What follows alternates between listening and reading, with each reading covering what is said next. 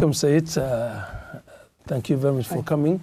Welcome, Sarah. Thank you. Said and Sarah are visiting VECO today, and they are representing ARC and IMA Star, especially IMA Star.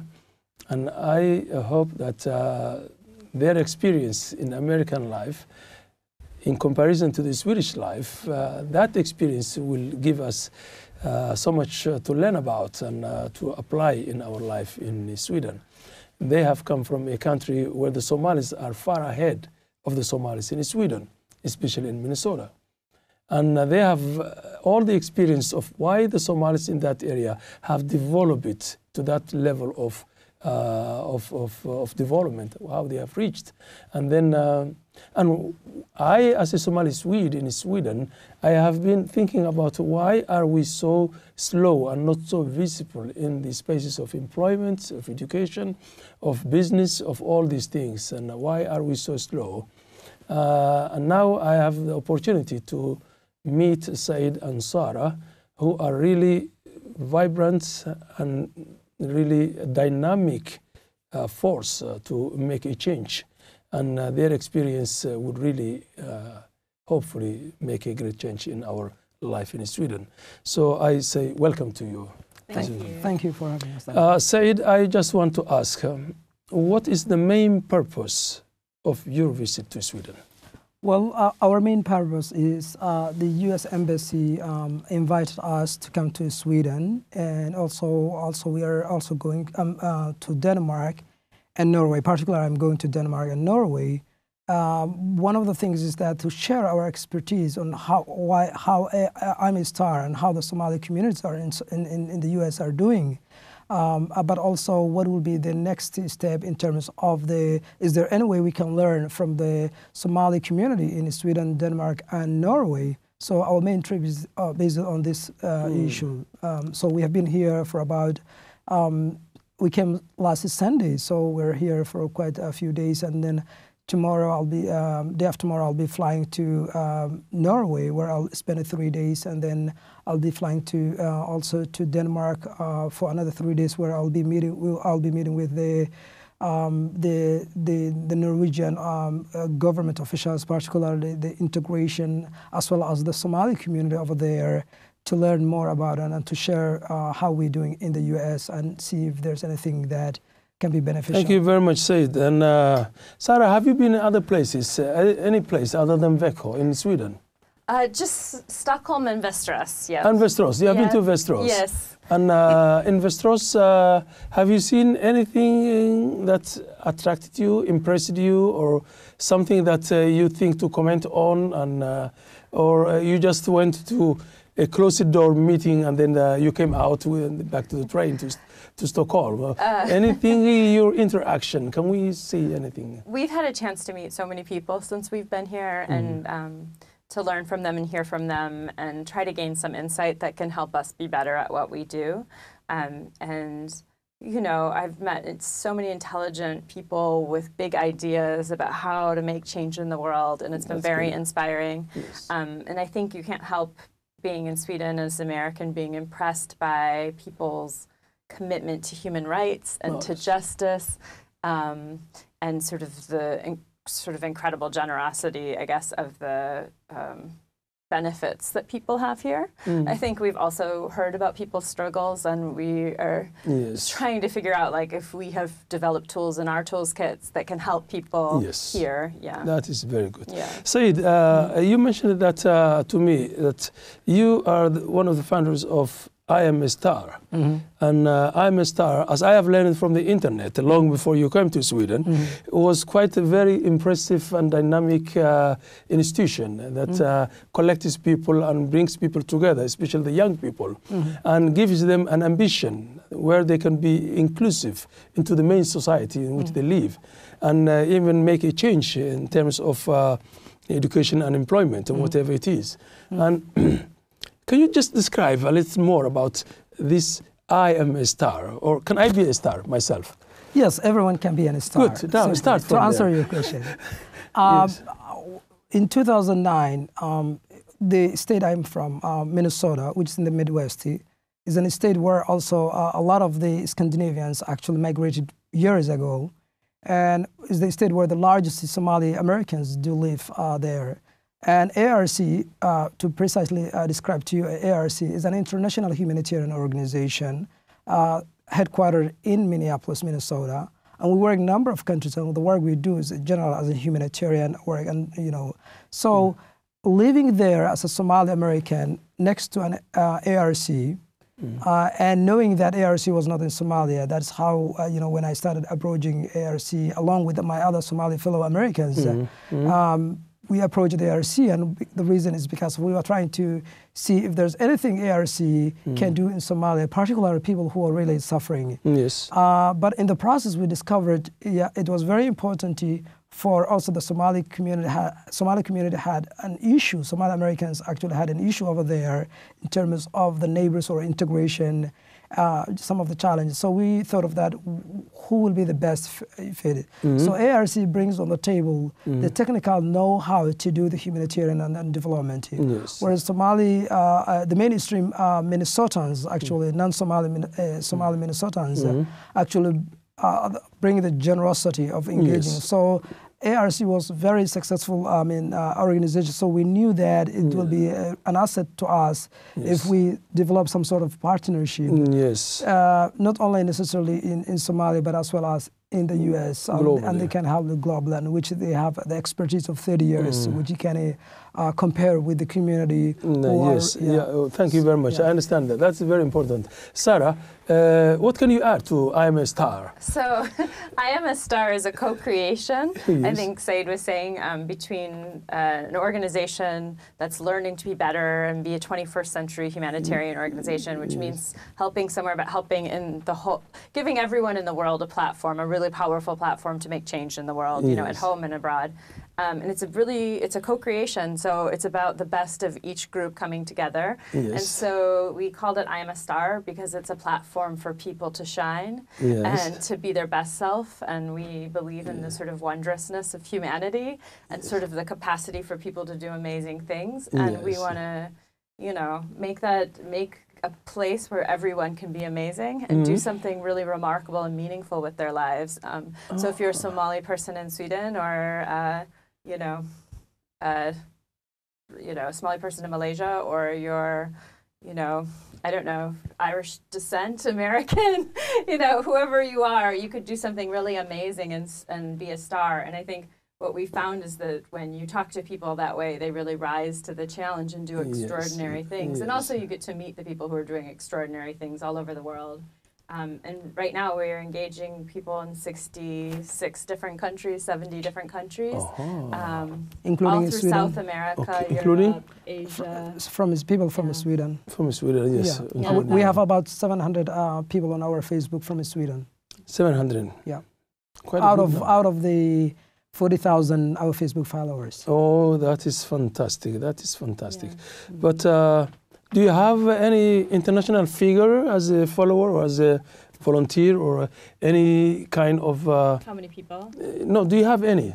You have? Yeah, how many? Okay. Okay. You have singers or actors figures, from figures, so, Hollywood actors or personalities that really have got a recognition in the world. We reached out a lot to people who were beacons in the Somali community globally. So big names like Kanan. Were part of the campaign. The singer. Oh, fantastic man.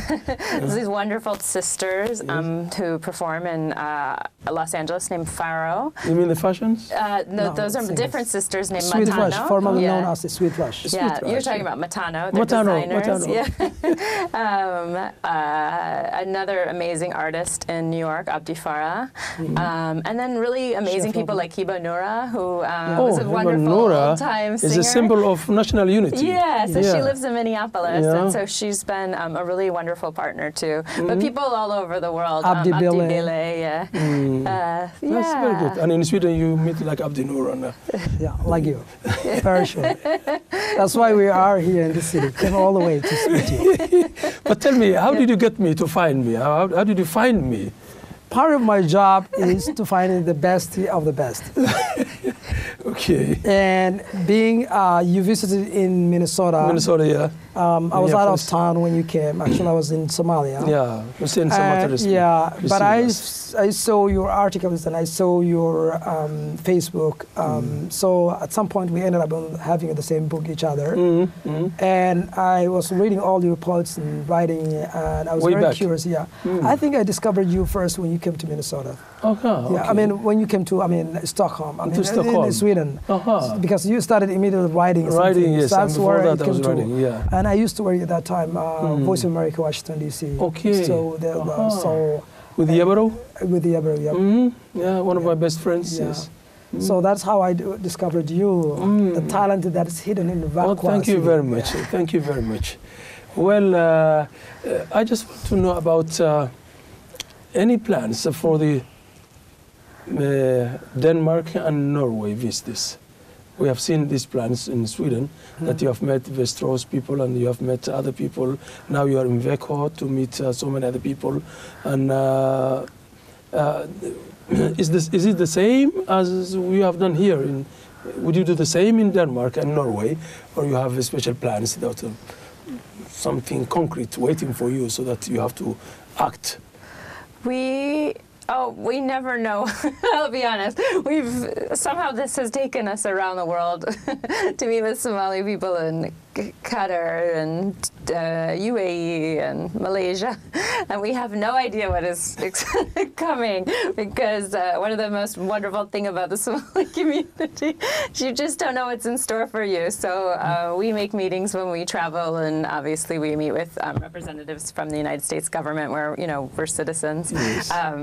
But the joy of it is the surprises, and it's the surprises, the amazing people we meet. So we're never quite sure what's going to happen. But I just want to ask, how I Am a Star promote multicultural integration?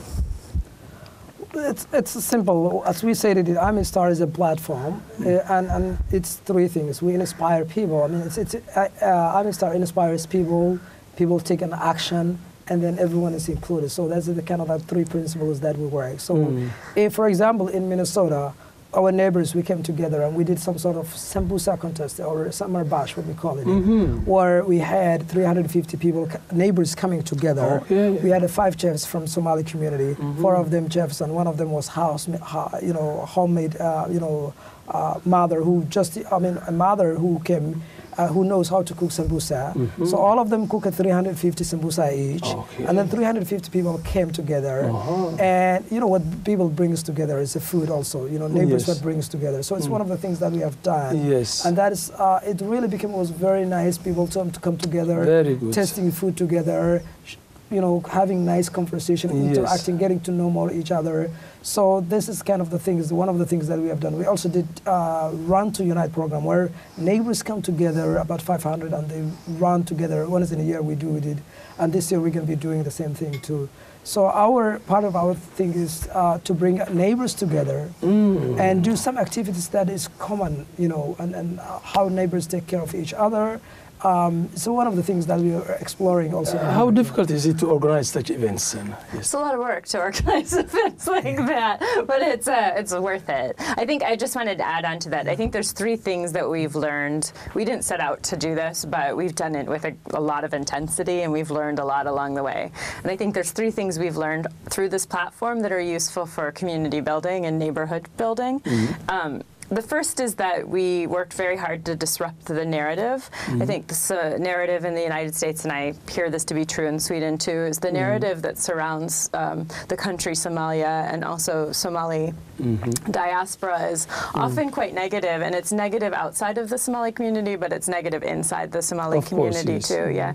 So I think one of the most important things we could do is disrupt the narrative, and we started doing that in 2 ways. One was through community gatherings, and the other is actually through the media. You want to install a new picture. Yeah, so we did a media analysis when we started, and we could only find 5 positive media stories in the local news, but the national U.S. news, and then the international, like BBC, Al Jazeera.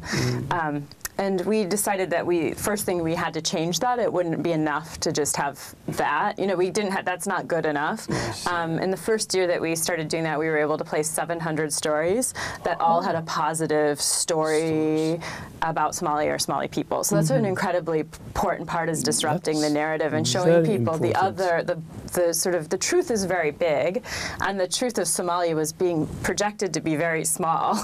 And so we had to make it big again. We need the star here. Yeah. Now we need the star in Sweden. Yeah. Because I have made a very quick survey and assessment in informal way about what the people of Sweden think of us. Yeah. What would come to their mind when they hear Somalia or a Somali. Yeah. And I have conducted this in the SFEs. Also some immigrants have been contacted, non-Somali immigrants, and the Swedes. And you know, the outcome was quite horrifying. Yeah. Very bad. Yeah. What do you think of a Somali? When you hear Somali, what would come to your mind? Pirate? Terrorist? Welfare? Living on welfare? All these things. Liars, cat addicts, those who eat the narcotic, consume the narcotic leaves. These are the things. 98% of the respondents revolved around these answers. Right. And that was quite very bad. Yep. And we were lacking the capacity and the initiative and the integrity, let me confess, to make a change.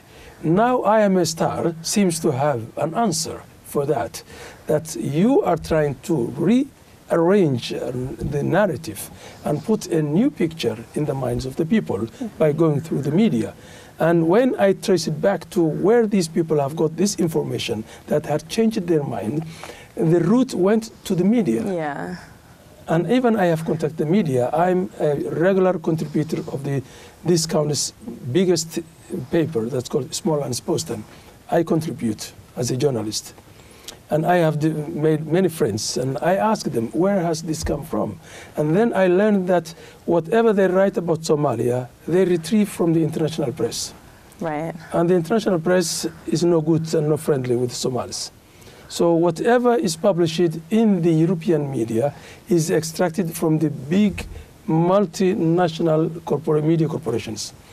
And, and the image is not so good. Right. So I was thinking how to change that image now, which is really deeply rooted in the mind of the people, and it has got roots also in the main media infrastructure. How can we scratch all this and replace new ones? That was quite a challenge. But now the way you put it, this Sambusa neighborhood, and bringing people together and inviting them, and then let them share and talk and interact, and then make friends between themselves, and then show their cultures and make these cultures meet each other. That is a very good point, and I think Sambusa is the main tool now we have to use as an entry point to change. Yeah, so I think that's the second part of disrupting the narrative, because so many people's worldview is, if they haven't had a direct experience, they'll learn that from the media, right? So the other thing is to give them a direct experience, because once they have, that will supplant the other experience. And so I think the second thing we always say you have to do is normalize relationships. So when we talk about it in terms of the media, we say don't aim for page 1 media, aim for the food section. Or, aim for the sports section or the music section, but talk to people where they live. Don't talk to people in this abstract way, because the front page is where always heavy abstract, stuff yes. is. So get to know each other in a really normal way. That's very bad. And in fact, the media, and in fact, some of the stories depicted by the media, some of them are really true, but they exaggerate it like a balloon. They make the story bigger and bigger.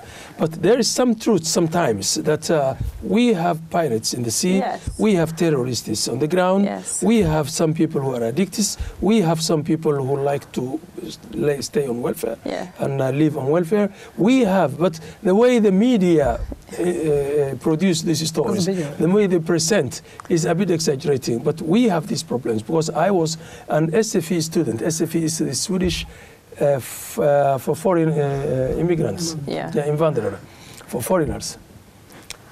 And in my class, I had very good number of friends. They were almost all my friends. But I developed losing friends from time to time because the pirates were catching ship by ship from one country to another. So I was friend with the Egyptians, they took one Egyptian ship. And then I was friend with the Indians, and they took another Indian ship. And then the Indians in my class started to look at me like this. And then I made friends with other people, Ukrainians, and they took a very big Ukraine, is it Ukraine? Ukrainian ship yeah. with tanks and weapons. And then the Ukrainian, who was a friend of mine, he said, when I tried to greet him, he said, "You are the pirate. You are the pirates." Why? Because last night we took this ship. And then at last I had one Thai friend. She was a woman. And after a week, she turned against me and said, you took one ship from Thailand. Now, yes, it was a joke. It was true. We took all these ships. So the story was there, in fact. It's true. Yes, yeah. you know why the pirates are taking is another story. Yeah. Some people say their boats have been destroyed and they were fishers, so they have to take a revenge and they went to the sea.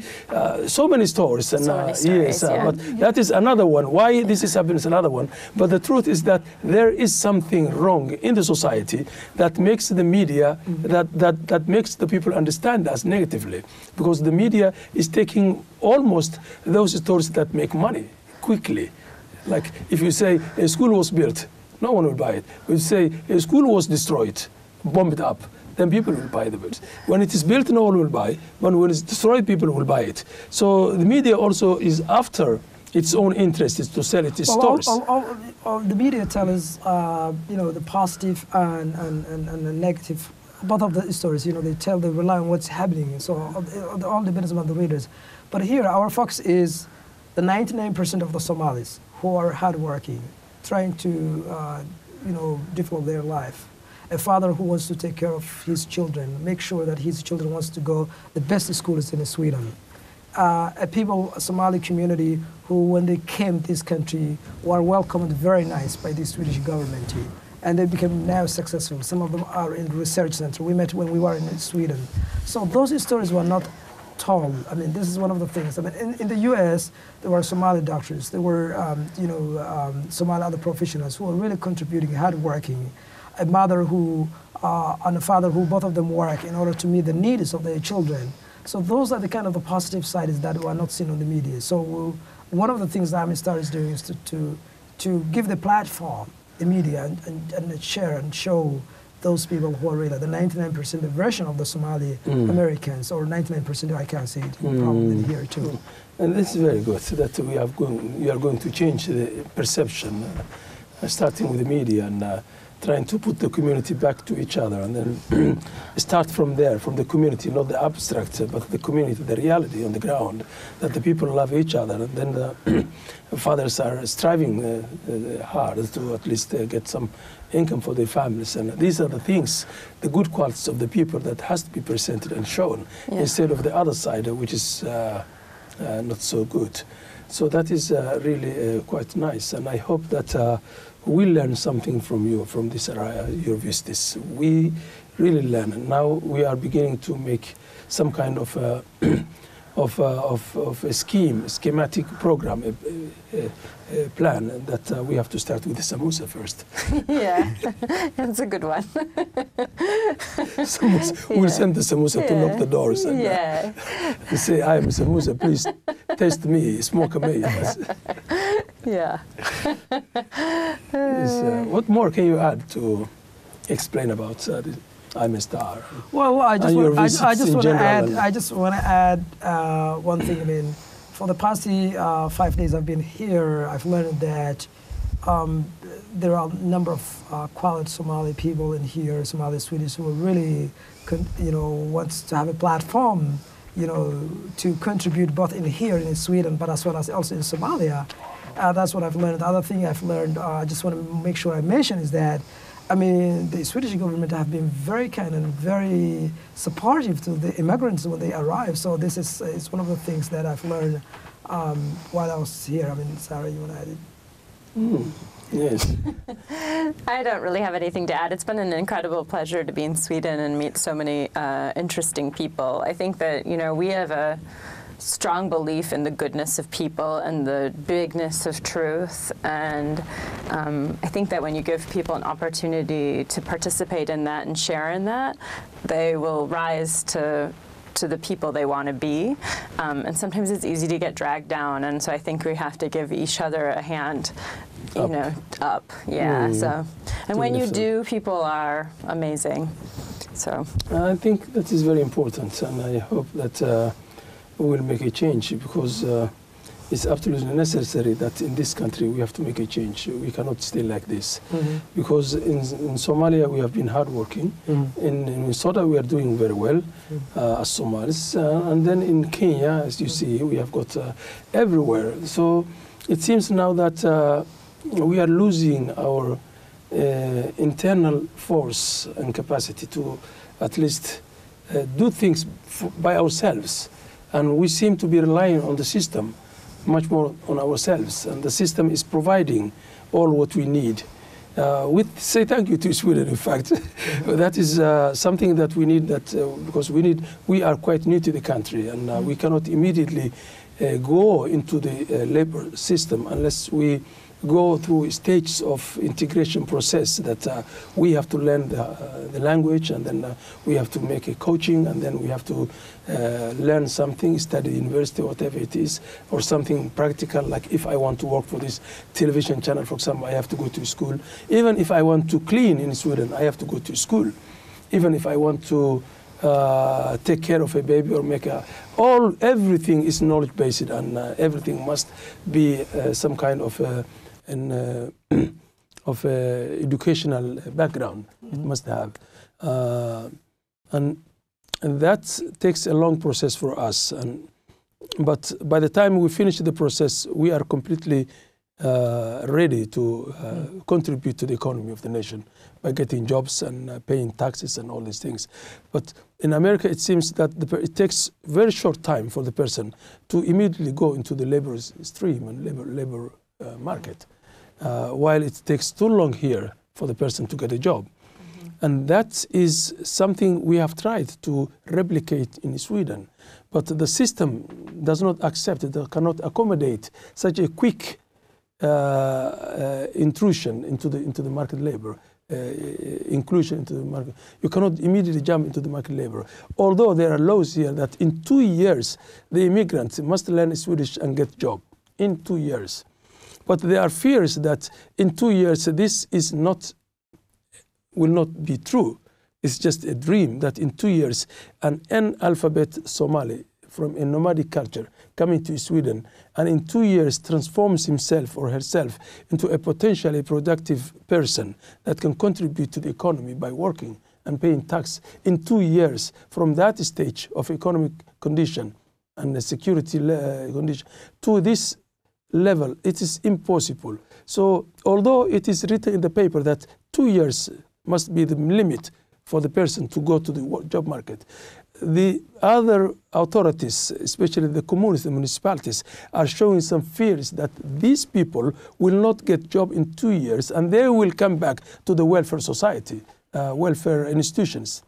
And the commune are the people who are responsible. They are the institutions responsible for these welfares. So they are afraid that a huge mountain of human being will fall upon them if something is not done. So there was a long discussion and a debate between the government as to what the communists do if these people come back to them, if they cannot succeed in 2 years. So, and I have been to Minnesota. 2 years is the limit here. I have seen 6 months people got job. I've seen 4 months people got job. And I've seen everybody speaking English, while it takes us here 5 years, 4 years to speak good Swedish. It takes 5 years almost to speak, communicate well with a Swede. You can finish the Swedish training school, but to be able to communicate efficiently, it takes 3, 4, 5 years almost. But in Somalia, in Minnesota, it seems that people learned English in Somalia, which is not true. I was in Somalia all my life, and people never spoke English, and the language is one thing that made difference between the two communities. Because once you master the language, it will be easy for you to go on to push yourself into the system to find a job. And these are the things. But still, even if the language barrier is removed here and people learn Swedish, still the process of joining into the labor market is still difficult. It's still difficult. That's why we have written this book, a book called Somalis in Sweden, written by 4 Somalis, and with the coordination and editorial editing of Benny Carlson, and a man from the Lund University, professor. So we organized Somali intellectuals in Sweden and tried and asked them, just write from your own angle, why the Somalis are so slow in integration in Sweden. And everyone has looked at the matter from his own perspective. And we put these ideas and produced it in a book form. It has been launched already and distributed. So it's always a matter of hard debate, hot debate, why the Somalis are so slow in integration and so fast in integration. I can say fast because I have met people who are car dealers. I've met people who have got shops, supermarkets. Inside the supermarket, you get lost unless you are guided by someone. So big. Our biggest shop in Sweden, I tell you, is 1 room.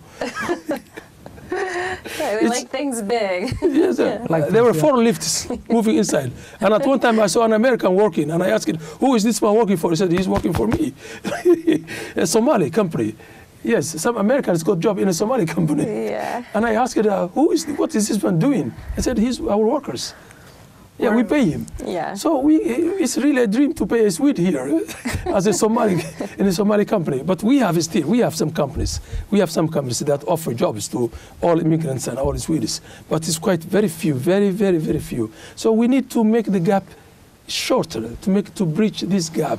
And I want to ask you each one of you to give me one secret of that success. What is the secret of the American success in integration?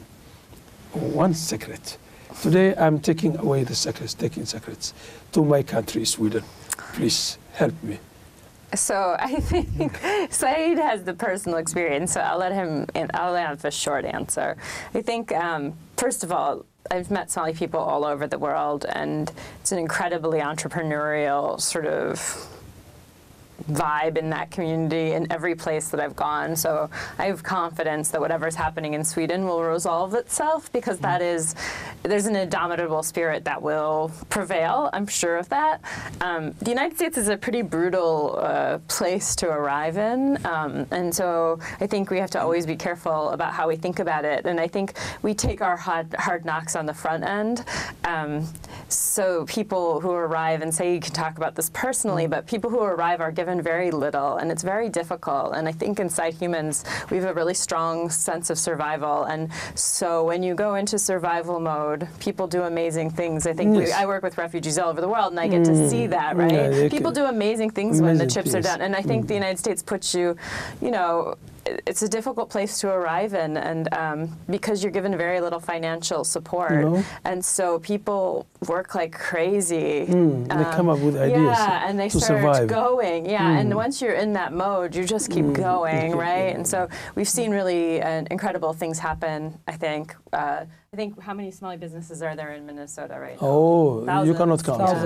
Thousands. Every street that you see. I tell you, I almost got lost in the shops. Just to take an example myself, or maybe as a general of the Somalis in the U.S., there are different ways that the Somalis in the U.S. came. Majority of them came through resettlement, or in other words, they were being brought from Africa in refugee camps, so they got resettlement, majority of them. I was in India when I came from, and I just wrote a letter to the U.S. Embassy, to the Canada, saying that I'm finishing my education, here are the challenges I'm facing in India. India did not sign UN Convention 1951 or 1967. And I'm not able to go back to Somalia. The security is not as good as it was, even though when I left it because of the international scholarship I got it. And that's how I ended up in the U.S. In the U.S. process is you get it 4 months, for example. I was told, like, you have a 4 months of window. We're going to be paying, this is your apartment. This is where we're going to give it to you, this amount of money. we'll make sure you apply the documents, all the documents that you need, all the papers that you need. But you have a window of 4 months.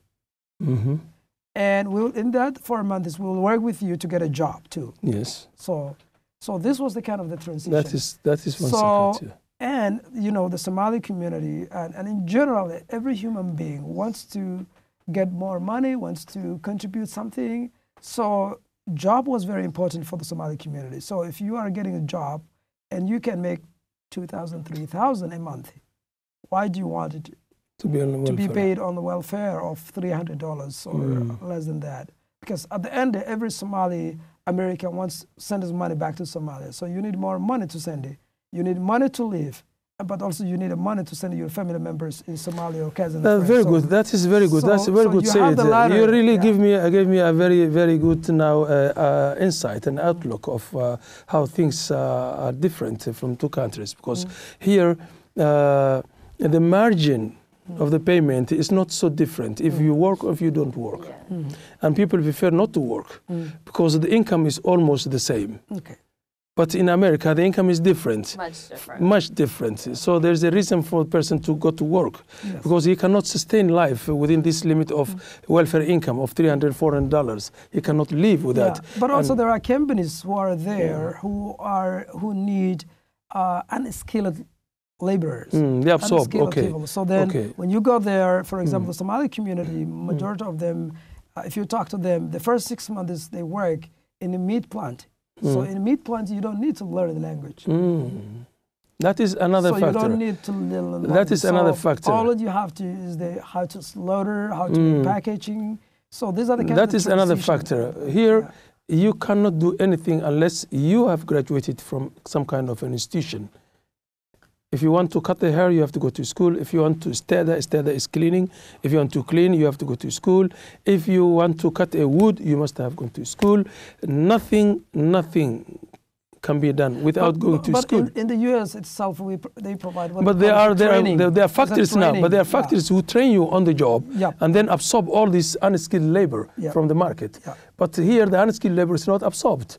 They are left to stay and learn, and then go through the normal Swedish process to at least graduate from other institutions, from institutions of maybe wood cutting or whatever it is, or hair cutting. So that is the difference, because there are factories that create jobs there. There are institutions that create jobs to take the unskilled from the streets. But that is another difference. And then I want you one more now. Tell me. Okay. No, the other thing is that there's in the U.S. what we say, sky is the limit. So it's a notion of inspiring you to become, yes, you can become the vice president of the U.S. So you can imagine someone who was in refugee camp when comes to the U.S. and says, yeah, you can become the vice president of the United States of America, with the exception of the presidency. But the rest you can take any position. It's inspiring. You feel like more inclusive. You feel like you need to hard work. You have to work too, very hard in order to succeed. So there's a ladder. So there are so many successful Somalis who either went through the education or went to business, and became millionaires now. So these are the kind of the things. And I'm not sure. That's good. But in this case, I think we are a bit ahead of you because we can be the president in this country. Well, that's good. That's good. Yeah. There's no limit here. It's up to you to develop and integrate and become successful in the life and education. Then you can run all political parties. Here, that's not the problem. Here, the problem is the procedures are very difficult. The process is quite difficult. There's no shortcut in Sweden. It's always the long distance run.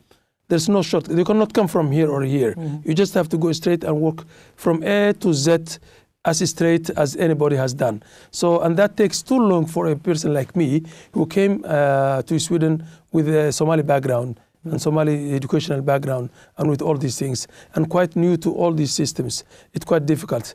But in America, you immediately go into the system, and the process is not difficult. It's so easy for the person. The process is not difficulty, and no one pays attention, no one cares about it, as long as it is within the legal system. But the outcome is very, so that is where I think we are succeeding a lot. And there's ambition, everyone wants wants to be a contributing society, someone who have to work and contribute to the society, pay taxi, take care of your children, take care of your family member, and make sure you're supported back home if you can. Yes, you want to compete, you want to buy. It's an American dream. There's an American dream. So you have a dream. Thank you very much, Say. That's the American dream. Sarah, the three things now, if I ask you, respect, understanding, tolerance. Which one is America far ahead than other nations in terms of integration? I love being an American. In terms of integration. I loved my life in the United States, but I'll never, ever, ever, ever, ever do they respect? You know why I'm asking this question? You know why I'm asking this question? Because an immigrant, the three things that an immigrant is missing is these three things. He needs someone to understand him. He needs someone to respect him. He needs someone to tolerate him. So a society that gives these three things is a society that mostly absorbs immigrants into the mainstream of the wider society. But a society that has a unique perspective of all these things, that do not respect other cultures, or do not bother to understand the other culture, or do not show any tolerance to this new person, and then that society may have some difficulty integrating their immigrants into their own society. In Sweden, there's no distinction between the people. And in fact, it is constitutionally forbidden to classify people on ethnic basis. You are a human being. This is Sweden. This is the law. You have to look forward and move on. That is what it is. But deeply, if you look internal mechanisms of change within the society, you find that the society is a bit closed, that they don't like to go into other people's affairs. And that is their culture. But that makes the immigrant a step further back, because he thinks nobody is receiving him and respecting. But it is the culture. Yeah. It's the culture. So let me reframe where are you soft and kind and so appealing? Let me frame it a little differently. In these three areas. So I'm from Minnesota in the United States, which is quite reserved as well. So we're quite a reserved place. I'm personally not so much, but I think we frame it a little differently. So when we think about the experience of refugees overseas or immigrants coming to the United States, we think of sort of three intersecting parts that have to be right, okay, for all people, but we think about it a lot in terms of refugees, but I think it's true for all people. So we say, in order to feel well-being, you have to have, right? If you don't have what you need, if you don't have a roof over your head, if you don't have food to eat or to feed your children, you can't move forward, right? So you have to have the basics. Yeah. The other thing we say that you have to have is you have to have a sense of agency and an ability to navigate your way in the world, to take care of yourself, to take care of the people you love. And so we look at that and we say that that circle is I can. Yeah, so I have and I can. And the third one we say is that people care if they matter in this world, and people need somebody to look at them and truly see them for who they are. And what we say about that is I matter. So I think in the US, the I have is difficult.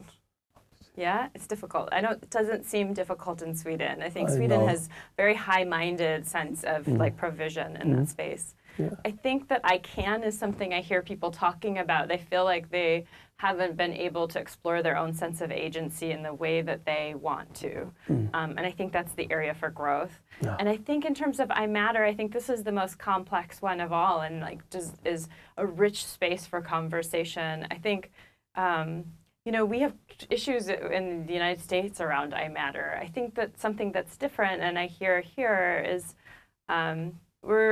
we have a sense of multiple identities, and we're comfortable with people wearing multiple identities at once, I think. I think when we think of freedom and equality, we think of that as the freedom to be who you are. You know, a lot of people came over from religious persecution in other countries, and so we carry very close inside of us this idea that you are free as a human being to do and to express yourself in whichever way you choose, which is very individualistic and has a downside.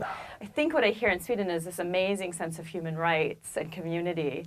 And I think there's a bit of a conflict, I think, with new people arriving and wanting to carry multiple identities and sort of this kind of interesting interplay between this really high-minded idea of community and equality. And does equality mean we're one, or does equality mean we can be multiple ones, or what does that mean? And so I think they're both beautiful ideas, and how they work and resolve themselves in the world is part of what makes life interesting. And I think to not have that conversation would be really dangerous. But as long as we're having the conversation, we're moving forward. And so I found it very challenging as an American to sort of hear these ideas in Sweden and to think about what they mean, because it's very beautiful in theory, and then I hear from Somali people this idea of like, can't I wear these multiple identities? I want to be Swedish and I want to be Somali. I want to be both. Yeah, I think it's, so I think that's an area that's, to be seen as who we are, and to be seen as a gift, and to be seen as, you know, that's, I think, an area that's worth looking into. Brilliant. Would you add something? Well, no, I mean, overall, there's you know, the Somalis are everywhere now. After the Civil War, we fled to every part of the world, and we are bringing, you know, coming with a different culture, getting to know more about. I'm looking forward to visit to Denmark and Norway and see exactly what's the difference between Sweden and Denmark and Norway, besides even comparing with others, and how the communities are doing in general, but also how neighbors are also doing with them. Are they working together? Are they doing some activities? You know, in the U.S. we're absolutely doing some activities together. Our children go to same school. We work. You know, we meet in the market. There's a lot of interaction taking place in the U.S. Than any other countries in the world. I think that is really very interesting, and I hope that we have covered almost all. If anyone wants to know about the program of I'm a Star, they can check our website, you know, www.imastar.org, or they can look at it, what we do as in terms of the humanitarian international. They can look at our website too. It's called www.arcrelief.org. That's important. That's very good. And we do have a Facebook of 40,000 people with I'm a Star. So anyone who wants to know more about it, I'm sure it will go to millions if you continue like this. I'm sure it will go up and up and up. Thank you. And now it's time to close. And I hope that, thank you very much, Said, and for coming and for all your experiences, Sarah. Thank you. Thank you very much. It's a pleasure. Yes, thank you very much.